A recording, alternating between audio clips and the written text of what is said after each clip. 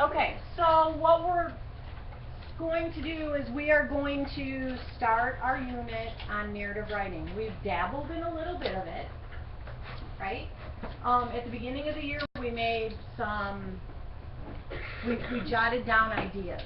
We made a heart, things that are close to your heart, things that are meaningful to you.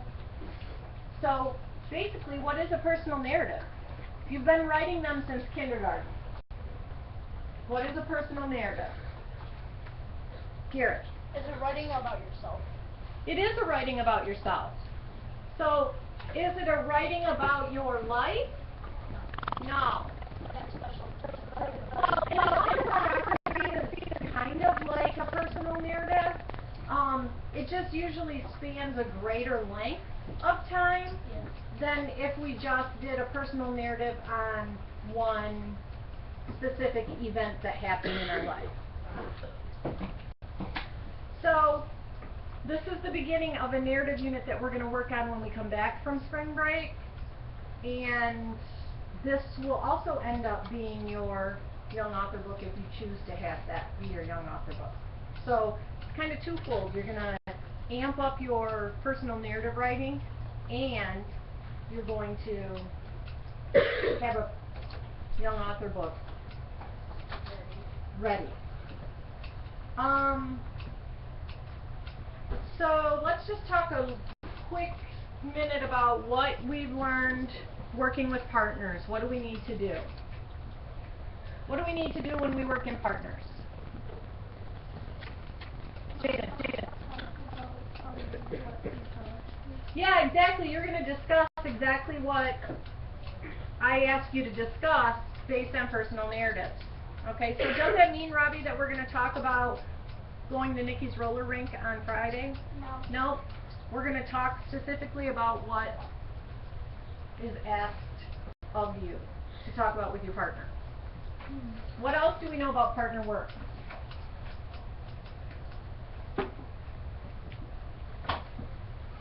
What else do we know about partner work, Landon? You have to keep it a low tone. Why? Because it's subject to other things too. Absolutely. So you need to be able to communicate with your partner, but you need to also think about the other people that are around you that you're going to, if you are loud, you're going to disrupt. Okay? So we're going to stay on task. We're going to keep our tone low. And so it sounds like you think you're going to be discussing writing, because that's what we asked. That's what I asked of you. Okay. Yeah. Adam. We have to stay on topic. Yes, we're going to stay on topic, just like you said. We're not going to talk about what we're doing this weekend or where we're going for spring break. We're going to talk about a piece of writing. Okay. What's that? Or Friday. Or Friday. So let me ask you this. Do you have to be best friends with the person that you're paired with? No, you have a common goal. You have to reach that goal. And so we're all a community in here, and we're all going to work together. I think we've established that way before now. So I think we're good with that.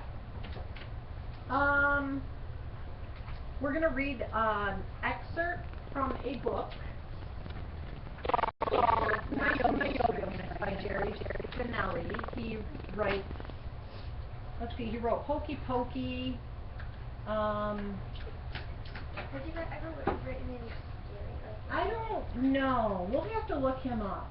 Okay. I heard it first. I remember seeing a book with his name on it. You've heard of his books before.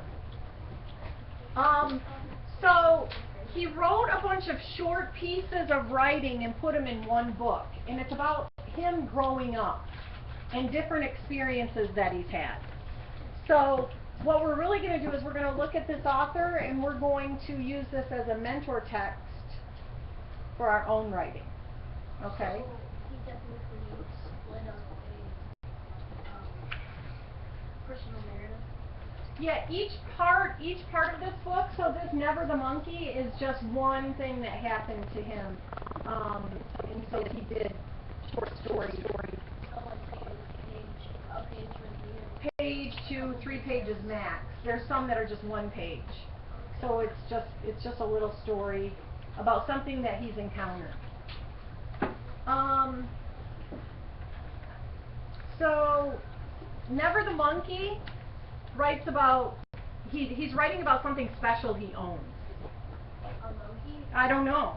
I think it's about, I mean, even though I was listening, I was looking at the top of the sentences, and he said something about, like, his, like, grade schools and stuff. Okay. Well, what he's done here is he's written about something that's special to him. So while I'm reading this, I want you to start thinking about things that are special to you that you would be able to write about. Okay? An object. We're going to brainstorm some objects after lunch, or after recess. So let me read this, and you can read your name, but we're going to find out, Never the Monkey, what Jerry Spinelli. Well, so's Romanowski. Okay, so Never the Monkey. In a green metal box in a bedroom closet, tucked into a fuzzy gray cotton pouch, lies the most cherished memento of my grade school days. It's a vocab word. It is a gold-plated medal, no bigger than a postage stamp. Inscribed on the back are the words, 50-yard dash champion. The medal came from the only official race I ever participated in. There were many unofficial ones. Race you to the store. Last one in's a monkey. Ready, set, go! Like a kid world over, we raced to determine the fastest. In the early 1950s, on the 800 block of George Street in the west end of Norristown, Pennsylvania, that was me. I was usually the winner and never the monkey. I reached my peak at the age of 12. That summer, I led the Norristown Little League in stolen bases. In an all-star playoff game, I did something practically unheard of. I was safe at first base on a ground ball to the pitcher. Some days I pulled my sneaker laces extra tight and went down to the railroad tracks. The cinders there had the feel of a running track.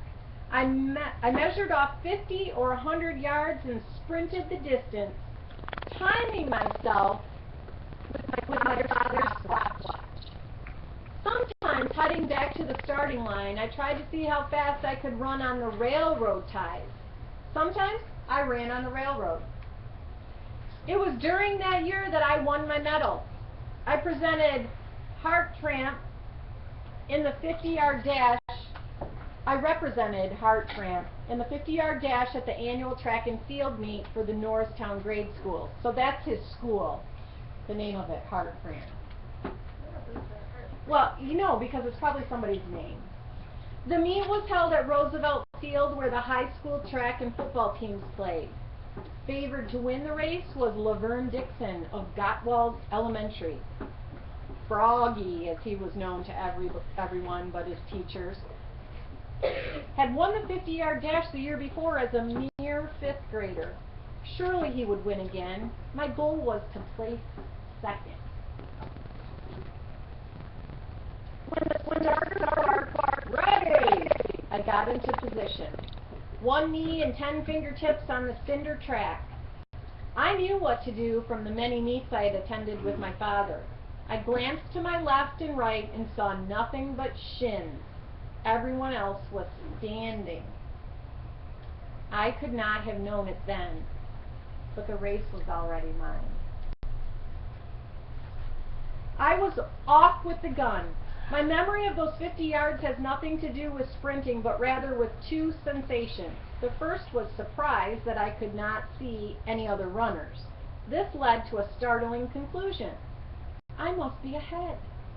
Which led to the second sensation, an anxious expectation, awaiting to be overtaken. I never was. I won. Froggy Dixon didn't even come in second. That went to Billy Steinberg, who would become my best friend in junior high school. He would also grow to be faster than I, as would many of my schoolmates. But that was yet to come. For the moment, as I slowed down and trotted into a sun the color and dazzle of the medal I was about to receive, I knew only the wonder of 7 astounding seconds when no one was ahead of me. And so this is Jerry Spinelli. This is him. That was a real story? Yeah. So these are real stories about things that have taken place. But did he talk about the whole track season? Yeah. Or no? Not really. His focus was really those 7 seconds that he was on that track. Okay, so we're going to talk more about exploding the moment in our personal narrative, and when you come back, when you come back, we're going to talk about what events Jerry Spinelli tells about in the story, and what you think, why you think he might have chosen this story. Why would he choose this to put in an anthology of small stories? And then we're going to do a quick race. So, you may go to the